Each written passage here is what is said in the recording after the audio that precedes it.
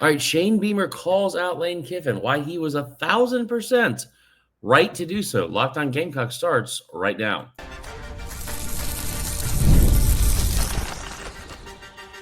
You are Locked On Gamecocks, your daily podcast on the South Carolina Gamecocks, part of the Locked On Podcast Network, your team every day. What's up, guys? Welcome into Locked On Gamecocks. I'm your host, Chris Marler, and hope everyone's having a fantastic start to Tuesday morning. We got one of two episodes coming your way today. And first, before we get into today's episode, I want to talk to you about all of our everyday listeners. Thank you for making Locked On Gamecocks your first listen each and every day. Shout out to our everydayers. Remember, we're a free and available podcast wherever you get your podcasts, as well as on YouTube, part of the Locked On Podcast Network, your team every day. Now, let's get into today's episode. Like I said, it's going to be a quick one. We got two of them coming your way. But here's the thing I want to talk about first. Shane Beamer calls out Lane Kiffin, and he didn't do it by name, and he didn't have to do it by name. Everyone knew what he was talking about, and even the picture from the actual story itself from On3 showed multiple pictures from the South Carolina Ole Miss game. Here's the deal, okay? He calls it a bad look for everyone involved. This is the exact quote. He said, "It's fascinating to me how many injuries occur to them after the opposing offense makes a first down or a big play." Beamer said this after the Ole Miss loss. The timing of some of the injuries, it's just a really bad look for college football. And it's not what this game is about. It's not what it makes it. It's if what it looks like is accurate. You go back and watch the Wake Forest game, it happens a lot to the same guy. Blah, blah, blah. 4 months later, okay, this is fake injuries are a topic Beamer is still thinking about. And this is a conversation he had the other day. And remember, Greg Sankey called this out as well. But this is the quote he had from most recently. "It absolutely does impact the game," South Carolina head coach told On3. "A team that we played this season, it's amazing how many times they had an injury on defense after the opposing offense made a first down on an explosive play and had some momentum. There's certainly something to that, and you have to be able to overcome it as a team. We're not perfect, don't get me wrong, but certainly that is what some people are using it for. One, to slow momentum down, or two, to catch their breath if a team is going fast and they need a minute to catch their breath. It's not what the sport is intended for." We all know he's right. We all know he's right. All of us know that. Going into the LSU game last year, they flashed a graphic for Ole Miss. And Ole Miss had, I think at the time, 32, was it 31 or 32 stoppages of play from defensive injuries, which were almost certainly every single time after a first down occurred. That had been happening for quite some time. Everyone sees it. Everyone sees it happening. Here's the issue. I was talking to somebody this week from the media, and they were talking about with a coach in this off-season little roundtable type situation. And the conversation they had was that this is probably the most important thing that needs to change in college football moving forward. This, not NIL, not a transfer portal, not anything like that. This. And the reason why is because it's probably the most fixable. And you look at all the flaws that we have in college football right now, all the flaws across the board we have in college football. This is the one that you look at and you say, man, we could probably fix this, right? Like it seems like there are simple solutions to doing so, right? I get some of this coffee because it's early. And he's right. I mean, he's right. Beamer's right. Everybody involved in saying this is an issue is right. Now, I understand, there's Ole Miss fans that think, well, Kiffin's only doing it so he can show the NCAA how much of a problem this is. He's going to keep doing it until they fix it. No, he's not. He's using it to his advantage. And if you're going to make him like this hero in your own story and say, well, he's only doing it because he's trying to show the flaws of the NCAA and blah, blah, blah. Like Kiffin is some just white knight for the rest of college football that everyone needs to applaud because he's showing the flaws of college football and turning the mirror on the NCAA so they can see how much of an issue this is. Basically what you're saying is, Kiffin is taking on all of the blame. He'll be the bad guy to help fix the sport. When has that ever been a thing? When has Lane Kiffin ever been this martyr that's going to go out and say, you know what? I want to do its best. I want to do its best for the sport. So even if it means I have to be the bad guy, I'll do that. And by the way, in the meantime, while I'm doing it, I'm also going to benefit from more than any other team in the country. Over 30 stoppages a time, I think it was more than double the next closest team. And that was like 5 games into the season.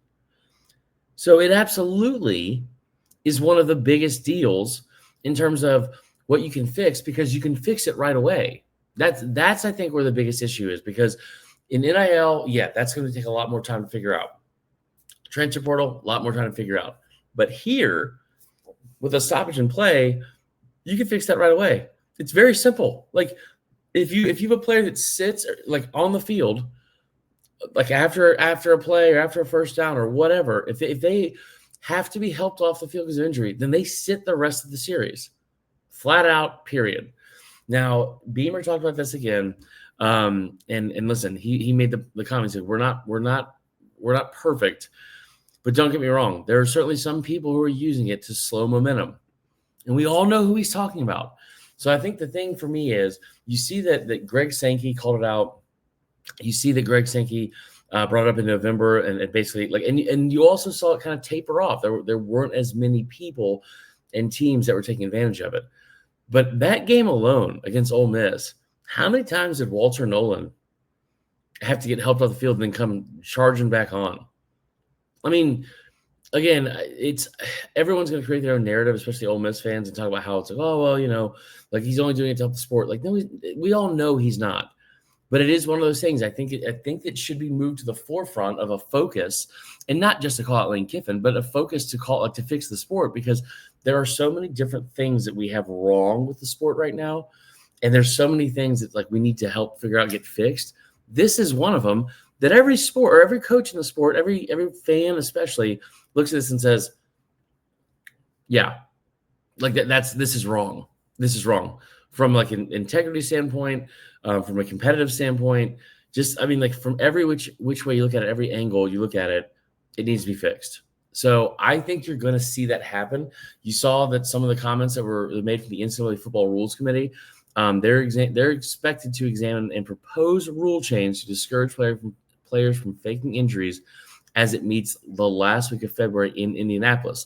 The proposal was introduced by a small committee of coaches in the American Football Coaches Association. Beamer is a member of the organization and voted to shorten the transfer portal window to 10 days as well. The proposal will require a player who goes down on the field and receives medical attention to sit out the rest of the possession. Just like I said, currently the player must go out for one play before re-entering. If the proposal passes through the Rules Committee and is approved in April by the NCAA Playing Rules Oversight Panel, it will go into effect next season. Now, there are some caveats to the proposal. A coach can use a timeout to get the player back on the field during the possession. Also, a player injured by a hit would be exempt, and the players on the field with radio communication helmets can re-enter after a play. Now, that I don't really get. That part I don't really get, because if a player can re-enter after one play with the radio communications, this is primarily something you're going to see on defense, and we have seen on defense. We don't see it on offense as much. We have from the same coach and same team. Ole Miss, I forgot what running back it was, but against Kentucky early in the year, you saw Jackson Dart go like this, and the running back just goes to the ground immediately.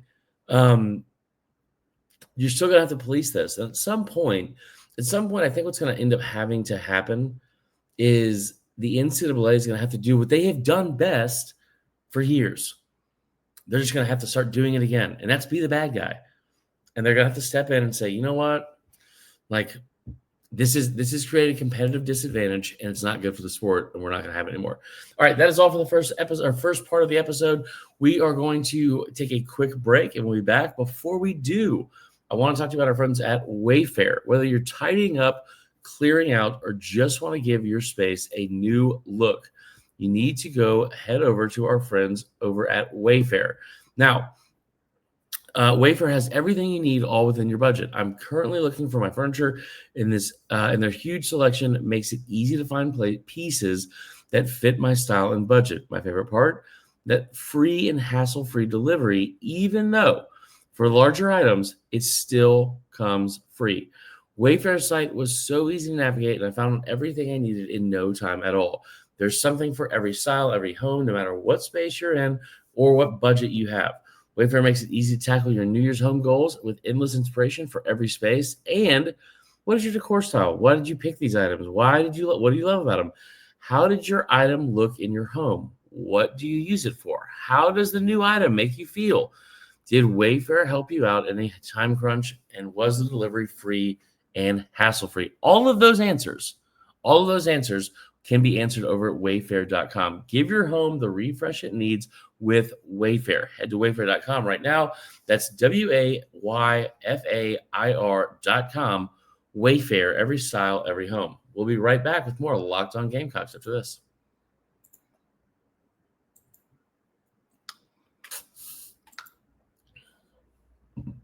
All right, now let's talk about something that I put off for 2 days talking about, mainly because the Super Bowl was on Sunday. I didn't want to talk about it then. And I just didn't want to talk about it yesterday either, I'll be honest. South Carolina loses to Texas in women's basketball on Sunday, 66-62. Now, here's the thing. I try to be the eternal optimist. I don't want to be a sunshine pumper or anything like that, but I will in this situation, okay? And here's why.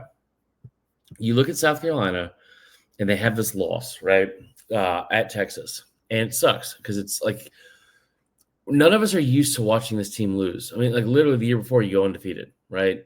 Like we're not used to watching this team lose. This is, I think, the first regular season loss they've had in like 3 or 4 years. If they do lose, it's usually to an elite team, and it's in the Final Four or in the tournament or whatever. We're just not used to seeing this team lose. And that sucks. That sucks. You like one of the cool things about South Carolina women's basketball and what Dawn Staley has built is you are the standard and you're not expected to lose anything ever, which is an unrealistic expectation that we all have, right? But here's the thing. I kind of feel like this loss is a in the long term kind of not a win, but I think it's a good loss to have. And the reason why is this. There's a quote that I believe there's like Nick Saban used to always say, and Kirby says it all the time for football, and there's other coaches that abide by it as well. But I'm sure Dawn Staley's heard it. And that's never waste a loss. Never waste a loss. There's so many positives that can come from having a loss like this. And you lose by 4, you're on the road. We all know how difficult it is to win on the road in college basketball. It's just like it's so difficult this year. And it's not like you lost to Bama or Kentucky or one of those fringe teams that's like pretty good, or for Tennessee or anything like that. You lost to Texas, who's number 4 team in the country on the road, who obviously was fired up for that. You also have already beaten Texas this year by 17. But here's why I think it's a good thing. Because I look at this schedule, right? And you've got number 7 UConn coming up on Sunday, which is going to be an awesome game with Paige Beckers coming to town and all that. Kentucky, who's 8 now, wow. Kentucky, you close out the season against Kentucky at home. So you get them and UConn both at home. Those are the only 2 ranked opponents you have left on the schedule. Out of 6 games left, right? 1, 2, 3, 4, 5. Yeah. Out of 6 games left on the regular season schedule, that's the only 2 that are against ranked opponents. I want you to think about the gauntlet you just went through to get here, okay? You had a loss earlier in the year at UCLA, and that was in the midst of 5 games where you played 4 top 15 teams. 4. Which is insane. And then you talk about the win at Texas, which you had at home earlier this month. That was a 67-50 win, so you won by 17 points. That was the start of the gauntlet you just got out of, where you played 5 ranked opponents in 5 straight games. You have already shown that you can get through difficult stretches of the season like that. I don't think it's necessarily a lack of focus. I mean, Texas is a good team. Like, you just didn't execute well enough, and you only scored 62 points, which is, by and large, I believe it actually might be, I'm looking at it right now, it's the second lowest amount of points you scored in a game all season. The other one coming against UCLA in the loss. So offensively, obviously you struggled. You cannot live at a place where you're scoring only 62 points. Also, moving forward, I think it's good to have a loss at this late or like a month out from like tournament play to kind of refocus. Like, this isn't a loss that you would have in the tournament where it's like in like the SEC tournament where you're like, oh my God, like your confidence will be shattered a little bit. Like, now we're kind of worried. Like, are we as good as we think you are? Are we going to be able to make a Final Four? Like, any of those things. Here, you can regroup. You got 6 games left in the regular season. You get 2 against ranked opponents, both at home. And you kind of look at this and say, all right, we can regroup. Don't waste a loss. How did we get here, and how do we make sure it doesn't happen again at any point this season? And here's the last part too, guys. Those seasons where you have doubt, the seasons where you have to overcome stuff, like, aren't those also kind of like the ones that are more fun? I'm trying to think of the best way to put it, like for football in terms of football. But like it's obviously it's great to have a year like 2019 LSU where it's like, oh, you're the best team ever, and you go win 15 straight games. That's always great. But there's also years where it's like the 2021 Georgia team or something like that, like where you have this really, really great team, and then you lose unexpectedly, and then you still have to come back and win. Like that, those years where you have more doubt that's crept in, you have more doubt from the outside looking in, which always seems to be something that factors in when you talk about South Carolina. When you have more doubt from the national media, it's higher. It's more competitive, and it's a deeper league, especially, or not league, but it's a deeper year for women's basketball. Like, those are the years I feel like that mean more. And you look back on those, it's like, man, because now there is a little bit of doubt. It's like we are beatable. It's happened twice now. Can they go back out there and they have their butt whooped by UCLA by 15? They lose at Texas. They're not going to get to play the Final Four at home, right? So, like, are they going to be able to go on the road and refocus all those things? I think the answer is yes.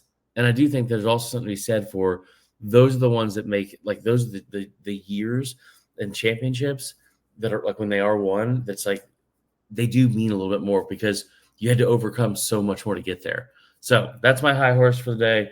That's our first episode. Make sure you tune in later today. We're going to talk about DJ Durkin from Auburn getting $2.5 million, doubling his salary. It's making him the second highest paid defensive coordinator in the conference, and what that means for Clayton White, because it means something. I will tell you that.